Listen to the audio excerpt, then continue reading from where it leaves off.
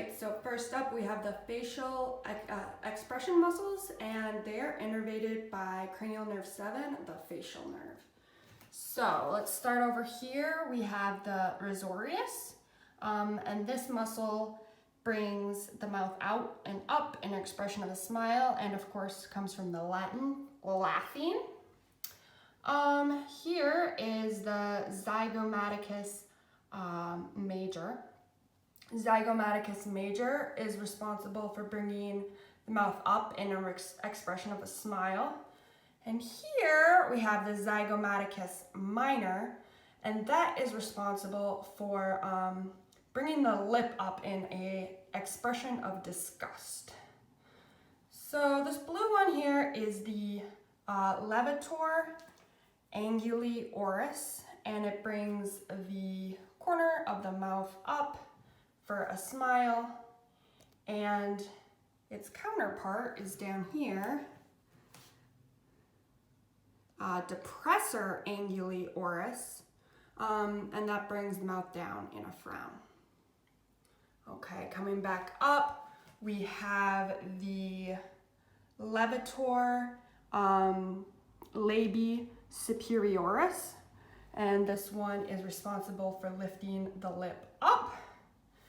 And here is the levator labii superioris alacae nasi. So alacae means and wings of nose in Latin. So it's saying that it also, it brings the lip up, but it also dilates the nose. Okay, so those are the upper face muscles. So let's go down here. We have the counterpart of what I was talking about up there. Here is the depressor labii inferioris, and it brings the lip down in expression of irony. And then here, this little green guy is the mentalis, and it moves the chin. We already talked about the depressor anguli oris. Here is one of my favorite ones, the buccinator.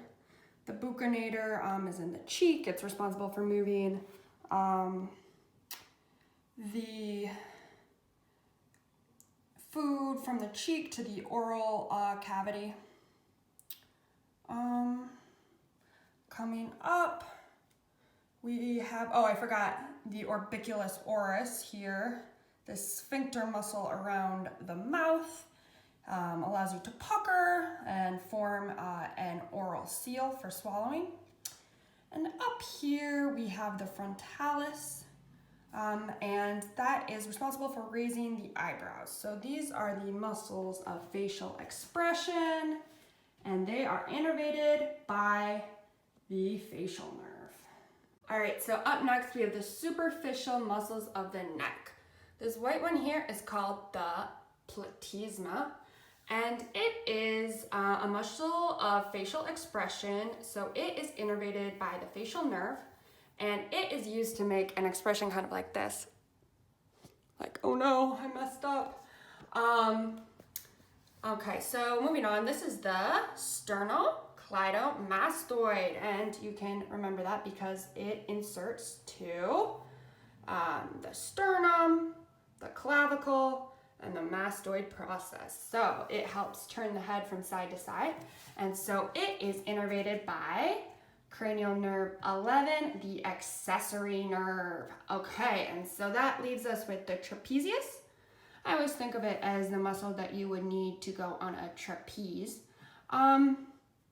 It is also innervated by the accessory nerve, cranial nerve 11, and it allows you to shrug the shoulders, raise and lower your shoulders. So the muscles, superficial muscles of the neck. All right, so up next we have the muscles of mastication, and they are innervated by cranial nerve number 5, the trigeminal.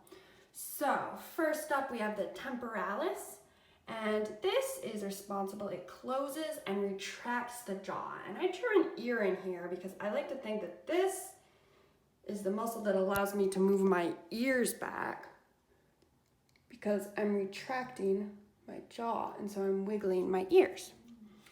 And so now this big muscle here is called the masseter, and it is responsible for elevating the mandible. And this one here, the medial pterygoid, you don't say the P, so I spelled it out phonetically. The medial pterygoid, it also elevates, but it can protrude the jaw too, so help you stick out that jaw. And then last, we have the lateral pterygoid, and it is responsible for depressing the mandible. So, muscles of mastication, the trigeminal, cranial nerve 5. All right, so now we're moving on to the tongue. So here are the basic parts of the tongue. You have the root, which attaches to the hyoid bone. You have the base, which is at the bend of the oropharynx. Then the dorsum is the body of the tongue, and at the tip is the apex. So, moving on to the intrinsic muscles of the tongue.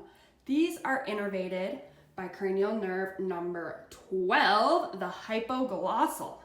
So first, this big orange one is the superior longitudinal muscle, and it is responsible, it shortens the tongue and it turns up the apex and elevates it. So then next, getting back into focus, we have the inferior longitudinal muscle, and this is responsible for, it can shorten the tongue similar to the superior, but it turns the apex down. Not sure if you could see that. All right, so here, these fibers going vertically are called the verticalis fibers, and they are responsible for widening and flattening the tongue. And then these blue guys are the transverse fibers, and they narrow and elongate the tongue. So we have the intrinsic muscles of the tongue, cranial nerve number 12, the hypoglossal. All right, so now we have the extrinsic muscles of the tongue.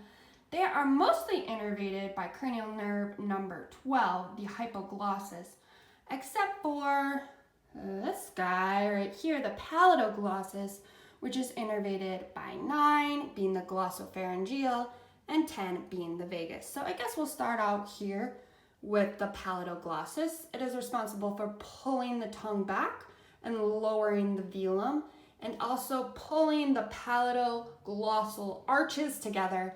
And in doing so, it closes off the oral cavity in here, the mouth, from the oropharynx behind it.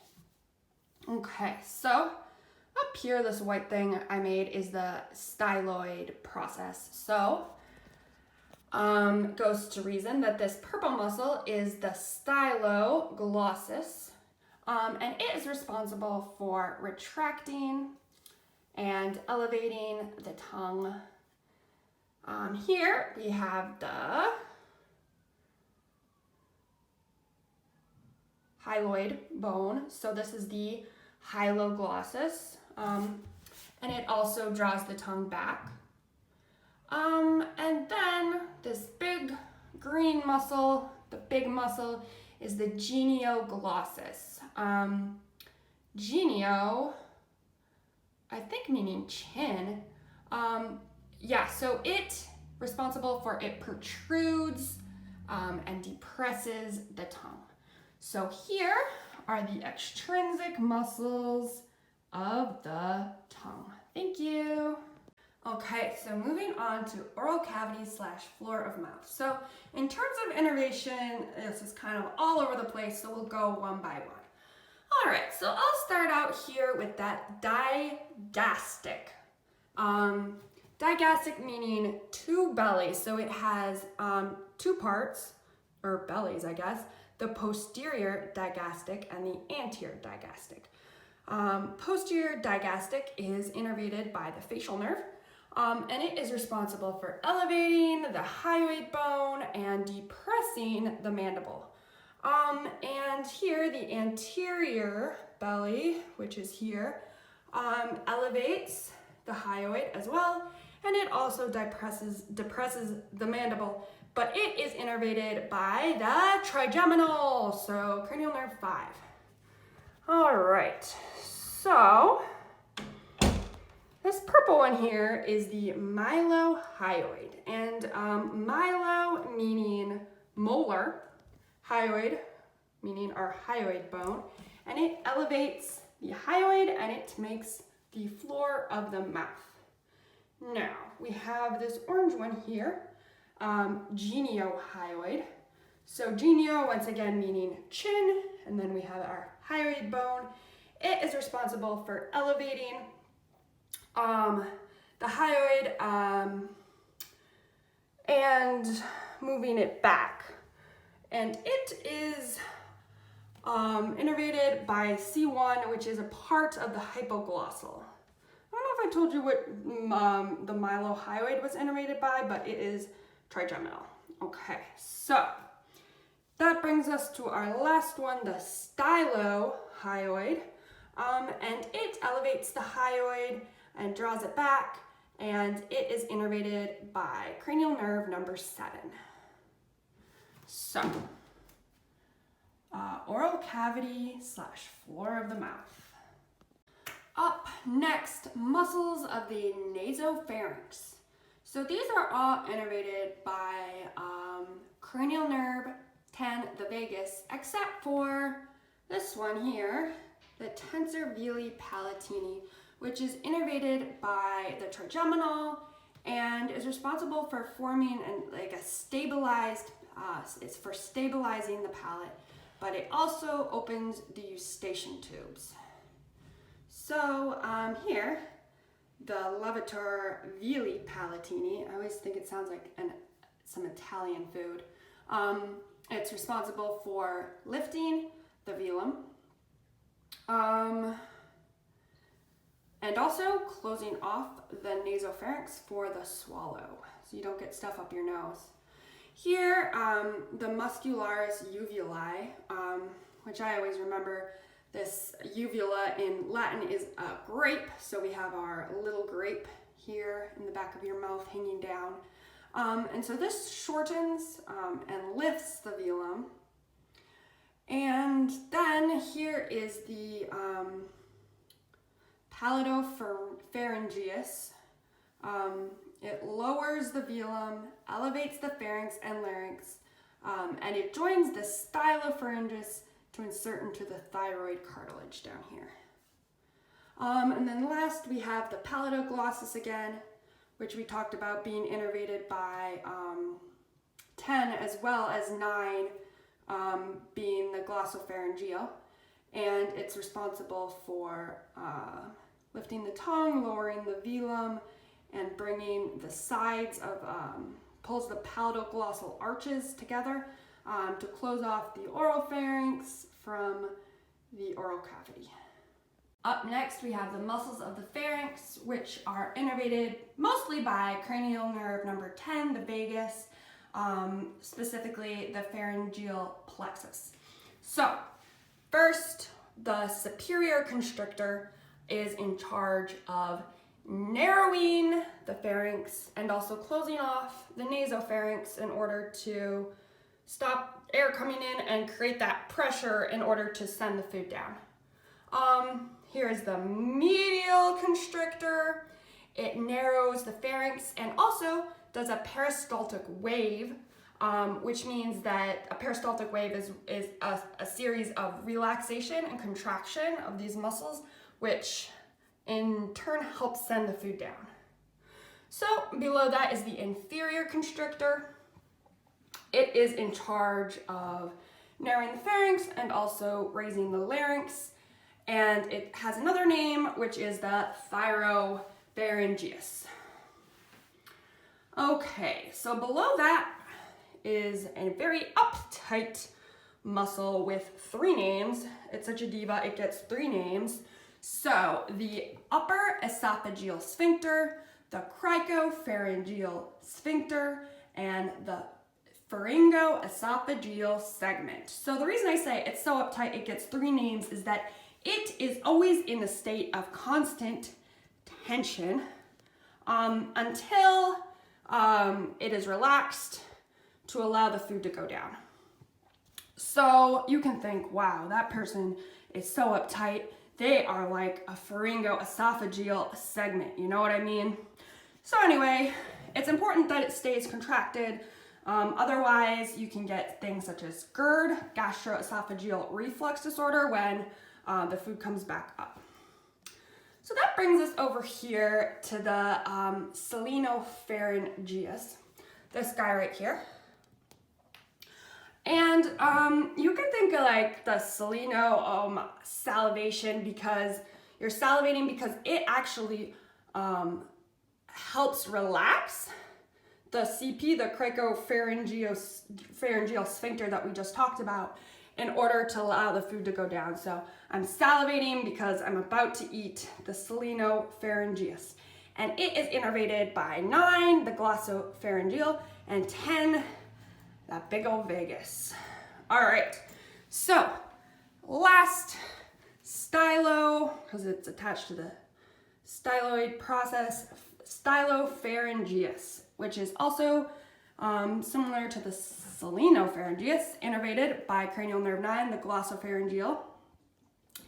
It elevates and retracts the larynx, and it also elevates the pharynx and dilates the pharynx. So those are the muscles of the pharynx, innervated mostly, except these guys, by cranial nerve number 10. All right, so next is the extrinsic muscles of the larynx. These guys are innervated by a branch that comes off of cranial nerve 12, the hypoglossal, the ansa cervicalis. So this one, thyrohyoid, is the first branch of that, C1, and then the sternothyroid and omohyoid and sternohyoid are all C1 to C3.